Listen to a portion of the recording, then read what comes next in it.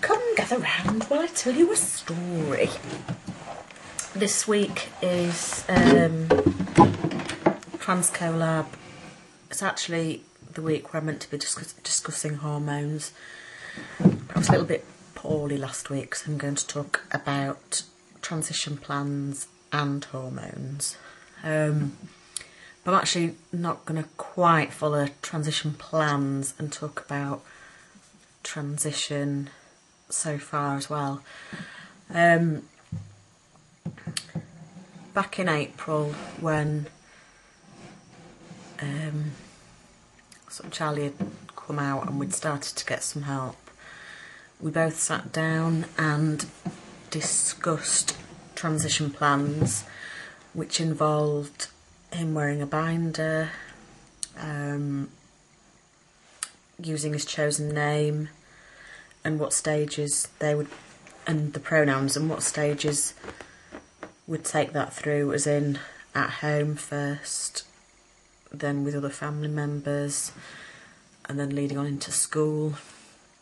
And sort of these changes were planning on being taken over 2 years.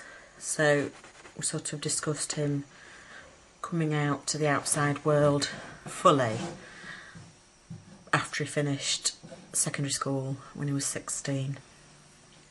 I'm not sure if he kind of agreed on those to make me happy. I'm not sure if he really felt happy by that route and that length of time. But then he went to his first QIN meet and met in person some fellow trans people, and I think meeting them really boosted his confidence. And all of a sudden, what we'd discussed to happen over 2 years happened in 2 weeks. I'd got him his binder before the meet because he wanted to wear it for the meet, and he was wearing that every day, whereas before we'd planned for him to just wear it to organise meets. I was calling him Charlie and using male pronouns, and as far as name and pronouns concerned, at first it was quite difficult. I had to really concentrate to remember, and so at first I didn't really call him by name. It was sort of getting out of messing up by using the wrong name, but I always made an effort with the pronouns. And then I went through a phase of changing everybody's pronouns automatically, and then the pronouns and name became more or less usual, and I didn't have to concentrate as much, but I was still referring to him as birth name and she when I talked about him pre sort of April. And now I'm not. I think of him as Charlie and he since he was born now, which makes some stories quite odd when you start talking to them about people you haven't known for very long, because some things just don't happen to boys when they're little. So then I came out to other members of family for him, and ultimately school, and he just began living his life as male in terms of dress, name.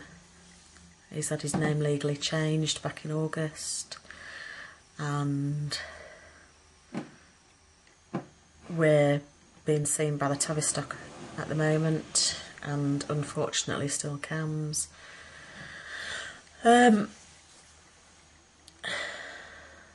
So as for transition plans, I think the next step forward is when he's 16 to get him on testosterone.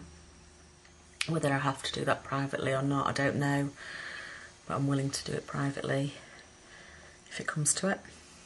And then as soon as possible after that to get him his chest surgery. And that kind of leads on to what this week's topic's meant to be, which is hormones. The only thing I can really say about hormones is that I would love him to be on testosterone. He would love to be on testosterone.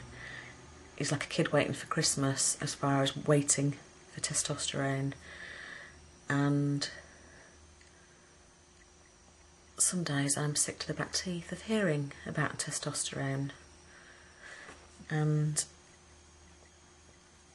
I think it sucks that they can't give kids puberty blockers earlier. But then, as far as Charlie's concerned, I wouldn't have known anyway.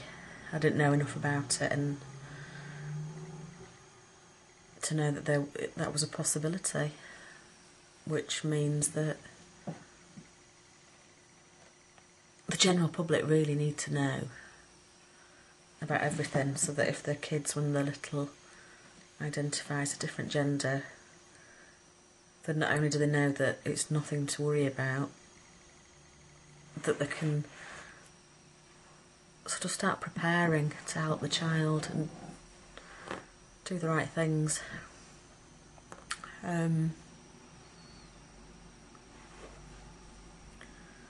So, yeah, testosterone. A year and a half to wait. I might as well just get it tattooed all over my body because I'm sick of hearing it. Don't ask me why having it tattooed across my body would make any difference, because that doesn't make any sense to me now I've said it. See you next week!